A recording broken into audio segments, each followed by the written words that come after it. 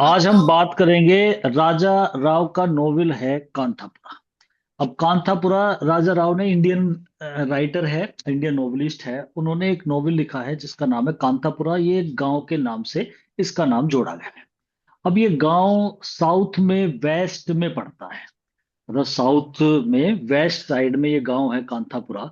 और तब की बात है, कहानी भी उस समय की है जिस समय देश आजाद नहीं हुआ था। लगभग 1930 की बात है, 1930 के आसपास की ये स्टोरी है। 38 में ये 29 की स्टोरी है, और 38 में ये पब्लिश हुआ था, मतलब काफी समय बाद है। अब ये 1930 में हो क्या रहा था इंडिया में, जैसे कि हम देखें तो वो दांडी यात्रा जो थी, नमक वाला जो कानून था वो गांधी जी लेके चले थे उसे। वो था, फिर सविनय अवज्ञा आंदोलन, जो सिविल डिसोबीडियंस मूवमेंट था गांधी जी का, वो चल रहा था। तो वो देश में चल रहा था। अब उसके बारे में देखो, अब तो इतना ज्यादा कुछ सोशल मीडिया, इतना ज्यादा स्पीड है कि अगर कोई चीज आज आप करो, कोई आंदोलन कोई कर रहा हो, तो तुरंत पता लग जाता है कि अच्छा वहां पे ही हो रहा है। मान लीजिए जैसे प्रदूषण की बात चल रही है, भाई बहुत ज्यादा प्रदूषण, आई AQI लेवल बहुत ज्यादा बढ़ रहा है, तो एकदम पता लग जाता है कि अच्छा ये चीजें चल रही है। या वहां पर इलेक्शन चल रहे हैं तो उसके बारे में, क्योंकि सोशल मीडिया बहुत ज्यादा है, घर घर में मोबाइल है, तो इंसानों को इजीली पता लग जाता है। उस टाइम पे तो न्यूज़पेपर भी हर गांव तक नहीं जाता था। गांव में कोई एक आध न्यूज़पेपर आ गया, या चार गांव में मिलके एक आ गया, उसमें भी पढ़े लिखे व्यक्ति कुछ कम रहते थे, फिर वे पढ़ करके बातों को बताते थे। तो बात पहुंचना जाना बड़ा, मतलब बहुत दुर्लभ, मतलब टफ काम था। अब यहाँ पर वो गांधी जी का जो आंदोलन थे, भाई अंग्रेजों को तो भगाना था, तो वो चारों तरफ इस तरीके से धीरे धीरे चलते थे। कभी कभी तो इतना ज्यादा हो जाता था, जब 1857 की क्रांति हुई थी उस समय क्रांति चल रही थी, अंग्रेज लड़ रहे थे, लेकिन जो इंडियन थे उन्हें पता नहीं रहता था कि अब वहां लड़ाई हो रही है, यहाँ हो रही है। क्योंकि जो अंग्रेज थे उन पे तो फिर भी टेक्नोलॉजी थी, टेलीग्राम था, मतलब वो कर लेते थे अपनी बातों को, कम्युनिकेशन इजीली हो जाता था। लेकिन इंडिया में ये दिक्कत रह गई थी, सब अलग अलग कर करके। और वो 1857 की क्रांति का जो आंदोलन था, कहीं ना कहीं अंग्रेजों ने कुचल दिया था। अब बात कर रहे हैं हम यहाँ पे 1930 की। अब ये जो था, अंग्रेज बहुत ज्यादा हावी हो चुके थे, ब्रिटिशर्स। और इंडिया में इन्हें बाहर निकालने के अलग अलग तरीके थे। कोई गांधीवादी जो नीति थी इसे चला रहा था, कोई गर्मपंथी भी थे, कोई उस वाली तरफ से जिसमें जैसे भगत सिंह जैसे व्यक्ति भी थे, जो लड़ाई के माध्यम से देश की आजादी चाहते थे। कुछ व्यक्ति सोचते थे कि अंग्रेज जैसा कर रहे। कुछ ऐसे भी थे कि जो उनके हाँ में हाँ मिलाते थे, उन्हें लगता था कि ये बाहरी व्यक्ति है, प्रोग्रेस ही कर रहे हैं। भाई इन्होंने एक तरीके से यहाँ पर ट्रेन का भी संचालन कर दिया, और ये टेलीग्राम वगैरह, डाक सिस्टम, ये सब यही लेकर आए, नई नई टेक्नोलॉजी। तो कि भाई इनसे हमें फायदा भी है, मतलब कुछ होगा था, ऐसा भी कहना था। तो ये कॉलोनियल जो बोलते हैं, इंपेरलिज्म जिसे कहते हैं, साम्राज्यवाद, कॉलोनियलिज्म, वो चीज अब हमारे कंट्री में चल रही थी। अब यहाँ पर अब ये स्टोरी में क्या है इसमें, कि ये एक गांव की कहानी है, और इस गांव में एक लड़का है जिसका नाम है मूर्ति। और उसी से जुड़ा हुआ, मतलब वो एक सेंट्रल कैरेक्टर है। मैंने कुछ कैरेक्टर के नाम सामने डाले हैं, और ये मेन मेन कैरेक्टर है। वैसे तो कैरेक्टर इसमें जितने लिखे हैं इससे दुगने हैं, मतलब वो नाम है कुछ गांव के। अब पहले आप इसकी स्टोरी और इसकी बात को समझ लो। अगर इसकी थीम आपने पकड़ ली तो फिर स्टोरी बहुत इजी सी लगने लगेगी आपको। थीम कुछ इस तरीके से है कि इस गांव में ऐसा कुछ चल रहा है, इसी में नहीं, में चल तो सारी जगह ही रहा था, लेकिन ये गांव काफी उभर के आया। और इसकी स्टोरी जो हमें बताई है, ये जो अचक्का नाम दे रखा है ना स्टार्टिंग में, अचक्का, ये एक लेडी है, विडो है, काफी बूढ़ी है, और ये इसे नैरेट करती है। मतलब एक क्वेश्चन ये बहुत ही इंपॉर्टेंट आता है कि जो कांथापुरा है, ये जो नोवेल, इसके अंदर ये first person point of view लिखा गया है नोवेल। मतलब फर्स्ट पर्सन होता है आई, जैसे मैं वहां गई, मैंने ये देखा, मैंने ये पाया कि ऐसा हो रहा था, मुझे भी ये काम करना पड़ा। तो मतलब first person point of view बोलते हैं। इसका मतलब कोई व्यक्ति है जो अपनी कहानी सुना रहा है। तो इसमें जो कहानी सुना रहा है वो ये लेडी है अचक्का। ये भी क्वेश्चन आता है, who is the narrator of this novel. तो Achakka is the narrator of this novel. She told the story about Kanthapura. उसने ये कहानी सुनाई है, क्योंकि ये जीवित रह गई। बहुत कांथापुरा के व्यक्ति लास्ट में मोस्टली सभी मर जाते हैं, कुछ जेल चले जाते हैं, और जो बचते हैं थोड़े बहुत, वो दूसरा एक गांव था काशीपुर, वहां जाकर के बच जाते हैं लास्ट में। अब ऐसा क्या हुआ कि गांव के सारे व्यक्ति मर गए, इतना बुरा नरसंहार कैसे हुआ था इस गांव में, तो वो एक कहानी छिपी थी जिसे राजा राव ने अचक्का के माध्यम से आप तक पहुंचाया है। अब ये नोवेल स्टार्ट होता है, इस नोवेल की कहानी किस तरीके से वो समझने की कोशिश करेंगे। एक चीज और भी थी कि ब्रिटिशर से बड़ा मतलब ये एक्सप्लॉइट तो करते ही थे, इनका बहुत ज्यादा एक्सप्लॉइटेशन आपने बहुत सारी मूवीज में देखा होगा भाई, जब इनसे परेशान थे जब भी तो इन्हें भगाना चाह रहे थे। अब इन्हें भगाना भी था और इनसे व्यक्ति दुखी भी थे, तो वो दुख ये कैसे पीड़ित करते थे वो भी देखना है। एक चीज और भी चल रही थी, इंडिया दो चीजों से बड़ा मतलब जूझ रहा था, और दो दिक्कतें थी इंडिया के सामने बड़ी बड़ी। नंबर एक, ब्रिटिशर्स को भगाना, और सेकंड एक और भी थी जो अंदर खाने चल रही थी, वो था अनटचेबिलिटी, अछूतता। मतलब ये जो उच्च कास्ट, मतलब जो अपर कास्ट और लोअर कास्ट, इनके बीच में भेद। तो व्यक्ति जो है ना आपस में ही मतलब बटे हुए थे। तो जैसे अभी एक नारा चल रहा है ना, बटेंगे तो कटेंगे। अब बटेंगे तो कटेंगे, तो वही चीजें थी कि बट रहे थे। और जबकि गांधी जी ने, ये था गांधी जी का, एक तो नॉन वायलेंस तो चाहते थे कि भाई हिंसा ना हो, दूसरा गांधी जी ये भी चाहते थे कि ये ऊंच नीच वाला जो भेदभाव है ना ये खत्म हो जाए। इसके लिए बल्कि जो आर्टिकल है 17 अनटचेबिलिटी का, वो गांधी जी की आत्मा कहा जाता है उसे, संविधान में भी है कि भाई किसी के साथ भेदभाव नहीं करना चाहिए। ये जो आरक्षण दिया जाता है ये इसीलिए दिया जाता है, रिजर्वेशन, की सपोज जो पहले दबे कुचले रह गए, जो निम्न कास्ट थी, तो वो कहीं ना कहीं उभर के वो भी बराबर का हिस्सा ले पाए। इस आरक्षण नाम से एक मूवी भी आपने देखी होगी, अमिताभ बच्चन की, सैफ अली खान की। तो वो सब यही चीजें दिखाई जाती है उसमें। तो यहाँ पर एक, इस गांव में ये चीजें ज्यादा थी। ये गांव जो था, ब्राह्मण व्यक्ति जो सबसे ऊंची कास्ट मानी जाती है, ब्राह्मण पंडित लोग सबसे ज्यादा ये इस गांव में थे। तो मतलब ब्राह्मण थे। ये जो मूर्ति इसमें हीरो है, इसका जो सेंट्रल कैरेक्टर है, जिसे प्रोटेगनिस्ट कह सकते हो आप, वो भी एक ब्राह्मण है, पढ़ा लिखा है, एजुकेटेड है, बाहर से पढ़ करके आया है। अब इस गांव में ऐसा भी है कि जो बीच में सेंटर में तो ये जाति रहती है, वैसे और भी जातियां हैं।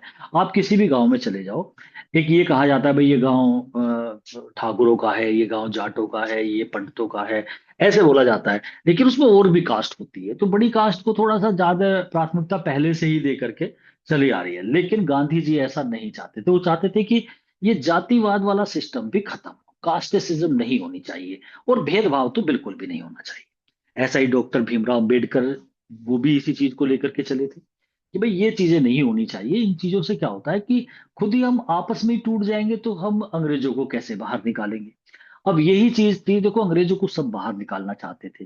अब महात्मा गांधी जो आंदोलन कर रहे थे, पहले उन्होंने असहयोग आंदोलन करा, जो नॉन कॉरपोरेशन मूवमेंट था, फिर उसके बाद में सिविल डिसोबीडियंस मूवमेंट करा जो 1930 में हुआ था, दांडी यात्रा निकाली, बाद में चल के ये भारत छोड़ो आंदोलन भी करेंगे, तो काफी सत्याग्रह करे थे।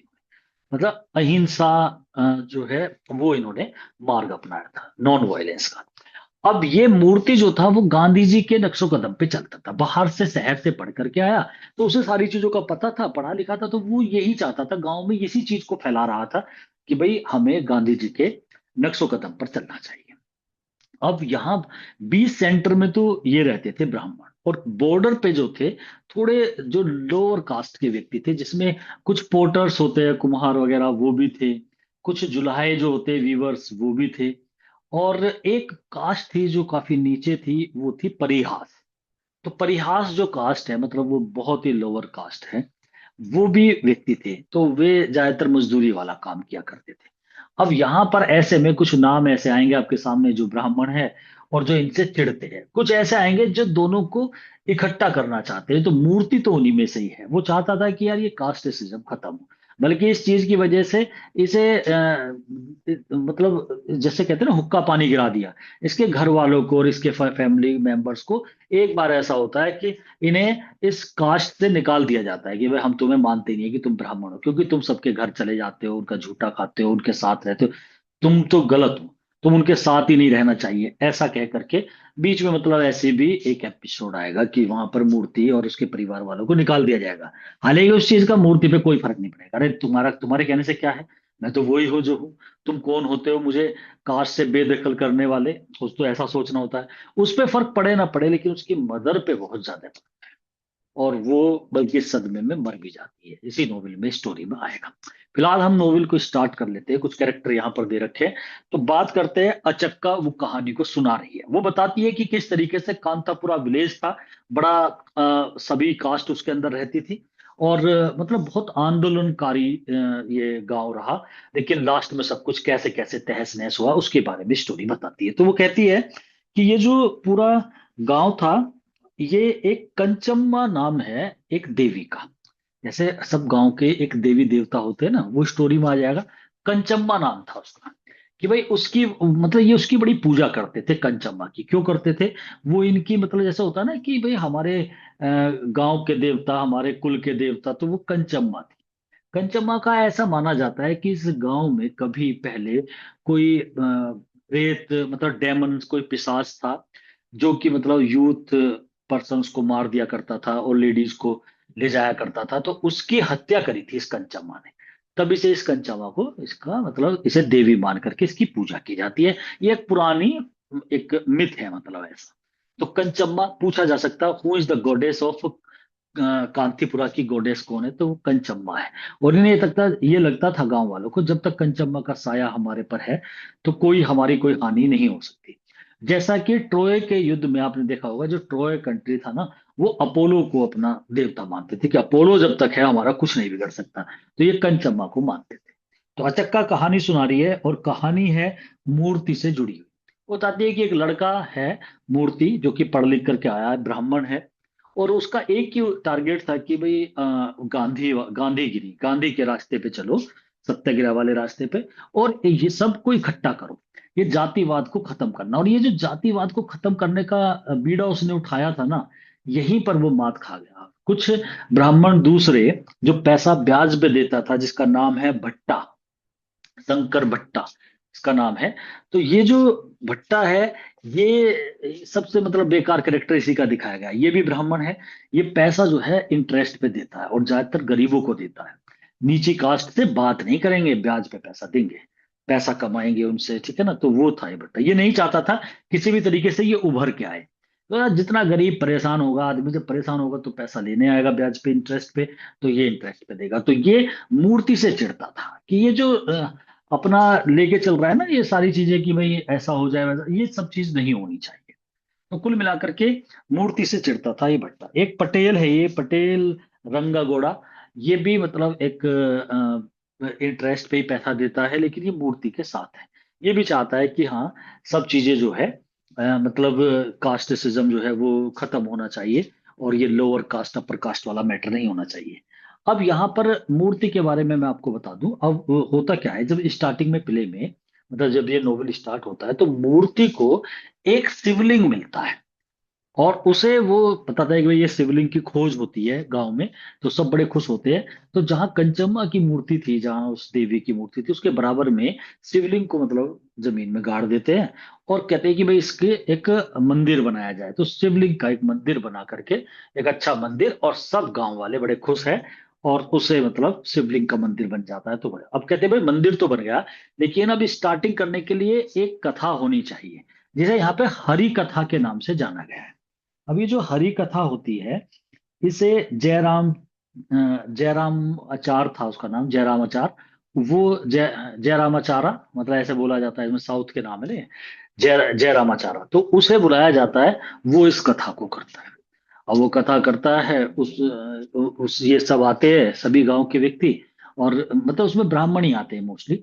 तो वो कथा होती है, और मूर्ति, मतलब सभी धर्म को दिखाया है कि सब धर्म से किस तरीके से जुड़े हुए थे। अब यहाँ पे मूर्ति ने एक चीज सोची कि इसी गांव में, एक तरफ गांव से अलग, एक कॉफी स्टेट था। कॉफी स्टेट मतलब एक कॉफी की कंपनी थी। एक बड़ी जैसे कंपनी हो जाती है ना, फैक्ट्री कह दो। तो वो थी। उसे कौन चला रहा था? साहिब, एक करेक्टर का नाम दिखाया जा रहा है आपके सामने। तो हंटर साहिब है, मतलब ये अंग्रेज है। इसकी ये पूरा बगान है कॉफी का। अब इसने यहाँ पे बहुत सारे मतलब वर्कर रख रखे हैं। वर्कर कांथापुरा के जो लोअर कास्ट के जो व्यक्ति है, उन्हें ये वर्कर रखता था। उनके मतलब वे रहते भी वहीं थे, फैमिली सहित। तो उन्हें ये वर्कर के रूप में वहां पे रखता था। अब वर्कर के रूप में जब ये रखता था तो इसने क्या कर रखा था, उसी के आसपास बहुत सारी शराबों की दुकान, वाइन की मतलब शराब की, देसी शराब की दुकानें थी। और ये चाहता था साहिब, इसका जो एक भतीजा है उसे तो साहिब कहते हैं वैसे, हंटर साहिब जो मालिक है, तो ये दोनों ही चाचा भतीजे, दोनों ही मतलब बहुत ज्यादा बेरहम थे। और ये चाहते थे कि किस कोई ज्यादा पैसे ना कमाए, पैसे देते थे लेकिन उन्हें लत लगा दी थी शराब की, कि मान लिया सपोज करो कोई 50 रुपए की मजदूरी कर रहा है, तो 20-30 रुपए की शराब पी जाए, 10-5 रुपए बचे, बस जिंदा रहने लायक। जब ज्यादा पैसे हो जाएंगे तो फिर ये हमारे यहाँ काम क्यों करेंगे, फिर कुछ नया कुछ ढूंढ लेंगे। तो सबको लत लगा दी थी दारू की। अब ये सब दारू पीते थे वहां पे, और जितने भी वर्कर थे। अब ये चीज मूर्ति को पता लग गई, मतलब वो तो गांव में तो है ही। तो उसने सोचा कि भाई मुझे ये चीज खत्म करनी पड़ेगी।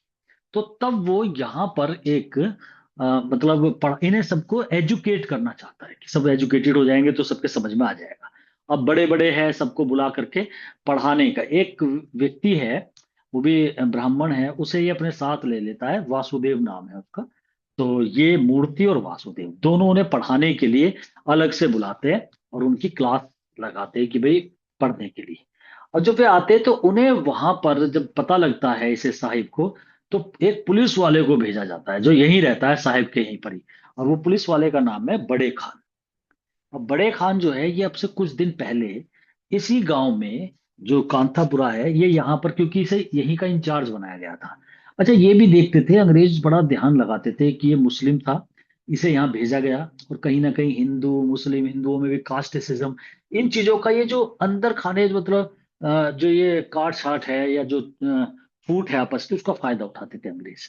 तो बड़े खान को जब भेजा गया, तो कांथापुरा में उसे किसी ने रहने के लिए जगह नहीं दी। और उससे फिर ये बड़े जो ये है साहब जो है, ये जो हंटर साहब है जिसकी वो कंपनी थी कॉफी वाली, उसने इसे अपने यहाँ पे रख लिया। अब वो तो इसकी इसी के लिए बोलेगा। तो जब उस साहब के वर्कर जो थे, जब उनकी उन्हें पढ़ाने का काम मूर्ति ने और वासुदेव ने लिया, तो वहां पर ये आ गया, इसे भेजा गया बड़े खान को, पुलिस इंस्पेक्टर को, और इसने सबको तितर बितर कर दिया। और जब तितर बितर करा तो वहां की जो लेडीज थी, उन्होंने इस बड़े खान को इस पे मतलब हाथापाई करनी स्टार्ट कर दी। इसे उल्टा सीधा बोला, मतलब हाथापाई हुई। तो कुल मिलाकर के चोट आई से बड़े खां को भी। तो ये बात इसे अच्छी नहीं लगी मूर्ति को। और ये क्या करता है कि भाई मैं 3 दिन का अनशन पे जाऊंगा, जैसे महात्मा गांधी करते थे, कि 3 दिन का अब उपवास जो बोलते हैं, फास्ट रखूंगा। फिर ये मंदिर में जाके 3 दिन के लिए इस तरीके से बैठ जाता है कि भाई तुमने गलत करा, भाई वॉयलेंस नहीं करना चाहिए, मतलब इसका मानना वही गांधी जी वाली नीति थी इसकी, कि भाई इस तरीके से नहीं करना चाहिए, ये तो गलत है और ये चीजें ठीक नहीं है। अब कुल मिलाकर के यहाँ पर सब चीजें ठीक होती है। लेकिन बाद में एक व्यक्ति ऐसा हुआ यहाँ पे जो सब कुछ छोड़ करके वहां से, मतलब इसमें ये जो रचन्ना नाम दे रखा है ना, ये लेडी नाम नहीं है, जेंट्स है रचन्ना। ये लोअर कास्ट का है, जो कि इस कॉफी हाउस में, कॉफी हाउस बोल रहा हूँ मैं, कॉफी की जो ये प्लांटेशन कॉफी स्टेट जो था हंटर साहिब का, इसमें काम करता था। तो ये जो रचन्ना है, ये पहला व्यक्ति था जो इसे सब कुछ छोड़ छाड़ करके मूर्ति के पास आ जाता है, अब गांव में कांथापुरा में, कि भाई हम इस काम को नहीं करेंगे, हमें आप पढ़ाओ, ये सब काम करो। अब इस तरीके से जब ये आता है, तो यहाँ अब ये चीज चल गई कि भाई किसी तरीके से मूर्ति को तो रोका जाना चाहिए। अगर ये मूर्ति आगे को बढ़ जाएगा तो गलत हो जाएगा। यहाँ पे मूर्ति का साथ देने के लिए अब ये लेडी है, विडो है, जिसका नाम है रंगम्मा। जो ये रंगम्मा है, इस ये क्या थी कि ये मूर्ति इसके घर में रहना स्टार्ट कर देता है। और वो क्यों रहता है उसके पीछे भी मैं बता दूं। जब मूर्ति सब कास्टिसिज्म को खत्म करना चाह रहा था, उसी टाइम पर एक मदुराई जो जगह पड़ती है, वहां से एक स्वामी जी को बुलाया गया, जो ब्राह्मण थे। उन्होंने आकर के उन्हें भट्टा ने बुलाया। उसने कहा कि देखो, ये एक ब्राह्मण लड़का है और ये इन छोटी बिरादरी के साथ रहता है, यहाँ पर इन सबको बराबर करना चाह रहा है, ऐसे वो बहुत ही गलत है, इस तरीके से नहीं करना चाहिए। इस रचन्ना के साथ है, रचन्ना की वाइफ थी, उसकी वाइफ का नाम था रांची। तो वो कि ये दोनों मतलब इनके घर जाता है, वहां पे खाना खाता है। वो एक बार गया भी था, मतलब उसने घर में दूध दाद उसे दे दिया पीने के लिए। वो पीना चाह नहीं रहा था, लेकिन पी लिया उसने। हालांकि आकर के फिर वो गंगा जल से स्नान भी करता है, ये भी दिखाया गया यहाँ पर कि भाई ये धर्म वाली मतलब जाति वाला वो सिस्टम भी आया है इसमें। तो लेकिन फिर भी चलो वो जुड़ा। तो अब ये भट्टा जो था ये सोच रहा था कि भाई कहीं ना कहीं ये मूर्ति अपने मिशन में ये सक्सेस ना हो जाए। तो उसने क्या करा कि एक स्वामी जी को बुलाया और उन्होंने आकर के कहा कि भाई ये जो लड़का है गलत कर रहा है मूर्ति, और इसे ये काम नहीं करना चाहिए। अदरवाइज इसे इससे मतलब हमारा ये जो कास्ट है ब्राह्मण, इससे इसे बायकॉट कर दिया जाएगा। और वो ही होता है, क्योंकि वो इसकी बात नहीं मानता उसे बायकॉट कर देते हैं, तो उसका परिवार जो है वो बाहर निकाल दिए जाते हैं, मतलब घर से बाहर नहीं, बिरादरी से बाहर, जिनका हुक्का पानी भाई इनसे कोई बात मत करना, खासकर ब्राह्मण। और ब्राह्मणों का एक ग्रुप बना दिया जाता है कि भाई आप जो है अपने डिसीजन अलग लेने वाला एक इनकी एक कमेटी बन जाती है। तो यहाँ पर इस पे कोई फर्क नहीं पड़ता मूर्ति पे, लेकिन उसकी माँ थी जिसका नाम था नरसिम्हा। तो वो उन पे फर्क पड़ता है और उन्हें सदमा सा हो जाता है। फिर वो नदी के किनारे ही वहीं उनके मतलब मर जाती है। तो उनके मरने के बाद में जो ये एक लेडी है विडो, रंगम्मा, ये हेड बनेगी इनकी लेडीज की। और एक लेडीज का एक अलग से एक वो बनाएगी, जैसे महिला संघ मतलब, इस तरीके से। तो वो एक उनका ग्रुप बना करके उसकी हेड बनेगी, लीडर बनेगी, और जिसका नाम है रंगम्मा। इसके ही घर, ये काफी मालदार थी, इसका हस्बैंड बहुत मालदार था, वो खत्म हो गया था, तो अब यही थी घर में मेन। और इसी के साथ ये भी रहना स्टार्ट कर देता है मूर्ति, क्योंकि मूर्ति के और इसके विचार एक जैसे थे कि भाई वही गांधीगिरी वाले और सबको एक साथ लेके चलने वाले, इस तरीके से। अब आखिरकार भट्टा जो है वो फिर भी जब उसे लगा कि भाई ये जो मूर्ति है ये नहीं मानेगा, तो उसने इस पर, मूर्ति पर पुलिस वालों से कह करके, क्योंकि एक बार जो ये भट्टा है इसके घर में भी आग लगा दी गई थी, तो इसने क्या करा कि पुलिस वाले को मतलब पुलिस में कंप्लेन करके मूर्ति को उठवाने की मतलब उस पर एफआईआर दर्ज करवा दी। और जब एफआईआर दर्ज होती है तो मूर्ति के पक्ष से और व्यक्ति भी वहां बोलते हैं, उसमें रचन्ना भी खास था। लेकिन पुलिस जो है जब वहां मार पिटाई होती है तो इसे मूर्ति को फिर जेल में ले जाती है, और इसे जेल हो जाती है। रंगम्मा, मूर्ति, बाद में तो मतलब इन्हें सबको भी जेल होती है, लेकिन पहले इसे मूर्ति को जेल में डाल दिया जाता है। अब इसे जेल में डाल दिया जाता है। इसके बाद में ये कहता है कि भाई मेरा कोई कोर्ट वकील वकील कोई मत करना। लेकिन रंगम्मा एक वकील करती है, वकील भी उसे सलाह देता है भाई जब तुम अंदर रहोगे तो फिर सपोर्ट कैसे करोगे गांव वालों का। आखिरकार इसे छुड़वा लिया जाता है। लगभग 3 महीने तक ये जेल में रहता है, फिर ये आ जाता है। आने के बाद अब फिर दोबारा से वो मूवमेंट जो था, वो लेडीज का पूरा एक ग्रुप बना दिया जाता है, और एक ये मिनी कांग्रेस बनाता है यहाँ पर। जैसे कांग्रेस एक बड़ी कांग्रेस चल रही थी ना, आज भी कांग्रेस है, तो वो तो देश में चल रही थी, ये इस गांव की कांथापुरा की एक कांग्रेस कमेटी बनाता है। उसमें ये रंगामा और ये रचना और ये खुद ये पटेल, मूर्ति, एक रत्ना है। ये रत्ना जो है ये भी मतलब इसी गांव की लेडी है जो इसके रंगावा के अंडर में मतलब साथ रहती है इसके। तो इस तरीके से इन सब का एक ग्रुप बन जाता है, एक मूवमेंट था कि भाई हमें इस कास्टिसिज्म को भी खत्म करना है। और कहीं ना कहीं मतलब एक मेन जो इनका टारगेट था कि स्वदेशी अपनाओ, मतलब ये कोई भी सामान जो है बिल्कुल नहीं खरीदना चाहिए, जो कि कपड़े ये नहीं होने चाहिए, खाद्य के कपड़े हो खुद बनाने चाहिए, उस चीज पे जोर दिया जाने लगा। तो कहीं ना कहीं ब्रिटिशर्स जो थे उनकी नजर में ये गांव आने लगा कि भाई ये गांव जो है ये तो गलत हो रहा है। और ये चीज तो भट्टा को भी फायदा नहीं मिल रहा था, क्योंकि वो इन चीजों से पैसा कमाता था। जब सब चीजें इस तरीके से हो जाएगी, स्वदेशी सब होना स्टार्ट हो जाएगा, तो उसे भी नुकसान था। अब यहाँ पर माहौल जो है इतना बिगड़ने लग जाता है कि वहाँ मतलब बहुत ज्यादा माहौल खराब हो जाता है पूरे गांव का। और इसमें खासकर जो है ये बड़े खान जो है जो पुलिस वाला है उसकी मदद से, क्योंकि अब जो है कहीं ना कहीं जो साहिब का जो वो स्टेट थी ना, कॉफी स्टेट, अब उसमें वर्कर भी जाने कम होने लगे थे। तो अब एक माहौल जब खराब होने लग जाता है कि भाई किस तरीके से इन पे कैसे काबू पाया जाए, तो तब यहाँ पर पुलिस के माध्यम से और ब्रिटिशर्स जो है इस पर अटैक कराते हैं, मूर्ति, रंगामा, इन पर। और इन लेडीज के साथ अत्याचार किया जाता है। लेडीज में जो ये रत्ना है इसका तो यहाँ तक भी होता है कि इसका रेप कर दिया जाता है। और अब कहानी इतनी ज्यादा फैल जाती है, इतना ज्यादा मारकाट, जब भट्टा के घर में आग लगाई जाती है तो तब बहुत ज्यादा पुलिस जो है वहां पर सारे गांव में जो है फैल जाती है। और इतनी मारकाट होती है कि फिर बच्चों को भी बड़ों को भी सबको गोली से इस तरीके से मारा जाता है। मूर्ति को फिर दोबारा पकड़ के जेल में डाला जाता है, रंगामा जो है इसे भी जेल में डाल दिया जाता है। और वहां बहुत ज्यादा इस तरीके से नरसंहार जिसे कहते हैं वो हुआ। और यहाँ से बहुत सारे व्यक्ति मारे गए। और यहाँ तक कि जो रांची जो मैं बता रहा था उसने अ, आग लगाई। इसमें ये क्वेश्चन बनता है कि भाई गांव में आग किसने लगाई थी, तो वो रांची थी जो लास्ट में आग लगा के भागी थी। उसने आग इसलिए लगा दी थी कि उसे ये लगा कि ये सबको मार दिया जाएगा। तो उसने सब आग लगा दी, सब लेडीज जेंट्स सब वहां से भाग गए जिसे जैसे मौका लगा। और दूसरा एक गांव था काशीपुर, वहां जाकर के सब बस गए। और ये बाद में बताया जाता है जब ये आता है पटेल रंगा गौड़ा ये भी जेल में चला गया था। बाद में ये जो नरेटर है अचक्का इसे बताता है कि जितनी भी ये यहाँ की जो जमीन थी ना, सब बॉम्बे वाले को मतलब बॉम्बे से कुछ बिजनेसमैन आए जिन्होंने सारी जमीनें खरीद ली। यहाँ कुछ नहीं बचा। और जब ये काशीपुर गांव में शिफ्ट हो गए तो वहां के व्यक्तियों ने इनकी कहानी को सुन करके इन्हें पिलग्रिम्स ऑफ महात्मा गांधी कहा कि भाई ये महात्मा गांधी के तीर्थ यात्री है, मतलब पिलग्रिम्स हैं। और इस तरीके से जब मूर्ति कभी छुट करके आता है जेल से, वो देखता है सब मर गए, सब चले गए, गांव उजड़ गया, तो वो कहता है कि भाई मैं अब गांधी जी को फॉलो नहीं करूंगा।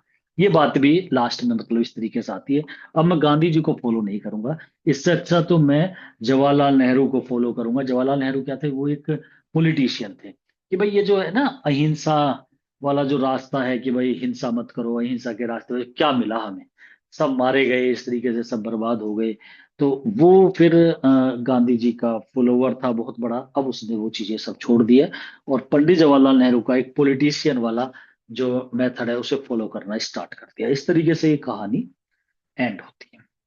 हालांकि कैरेक्टर्स में और भी बहुत छोटे छोटे कैरेक्टर है गांव के, वो जब मैं इसके क्वेश्चंस कराऊंगा सारे कैरेक्टर्स इसमें आ जाएंगे, जो छोटी मोटी बात इसमें बची हुई है वो सब आ जाएगी। लेकिन एक कहानी को बस ऐसे ध्यान रखना है कि इस तरीके से स्टोरी को जोड़ा गया है कि व्यक्ति जो है मतलब आंदोलन जो चल रहा था उसी को मतलब गांधी जी वाला, तो ब्रिटिशर्स की ये कॉलोनियलिज्म जो है, तो ब्रिटिशर और इंडियन वालों में जो एक खटास है वो दिखाई गई है किस तरह। और एक जातिवाद को भी राजा राव ने इसमें दिखाने की कोशिश करी है। देखो जातिवाद ये तो 1930 की बात है, 1930 की। आज जाकर के तो लगता है कि हाँ कुछ खत्म था, लेकिन अब भी ज्यादा रूरल एरियाज में अगर हम जाएंगे तो वो चीजें आज भी देखने को मिल जाती है। तो इतने साल पहले लगा लो आप, मतलब 100 साल पहले क्या हिसाब हुआ रहा होगा, बहुत ज्यादा था, मतलब काफी ज्यादा था कि व्यक्ति यहाँ तक ना कोई मंदिर में जा सकता था, निकलते थे तो हाथ लगा करके निकलते थे। ये सारी चीजें मुल्कराज आनंद ने भी अपने अनटचेबल में भी वहां पे दिखाई है। तो नॉवेल्स के अंदर, पुराने नॉवेल्स में, इंडियन लिटरेचर में हम ये चीज ज्यादा देखने को मिलती है। तो अब थोड़ा सा नेक्स्ट वीडियो जो रहेगी इसकी, उसमें इसके क्वेश्चंस ये सब मिलेंगे। एक एक क्वेश्चन मैं कराऊंगा, जो क्वेश्चंस इसमें इंपोर्टेंट है वहां पर स्टोरी में करेक्टर भी और जो कुछ चीजें बची है वो सब कुछ आ जाएगा। तो इसे यहीं तक करेंगे सब।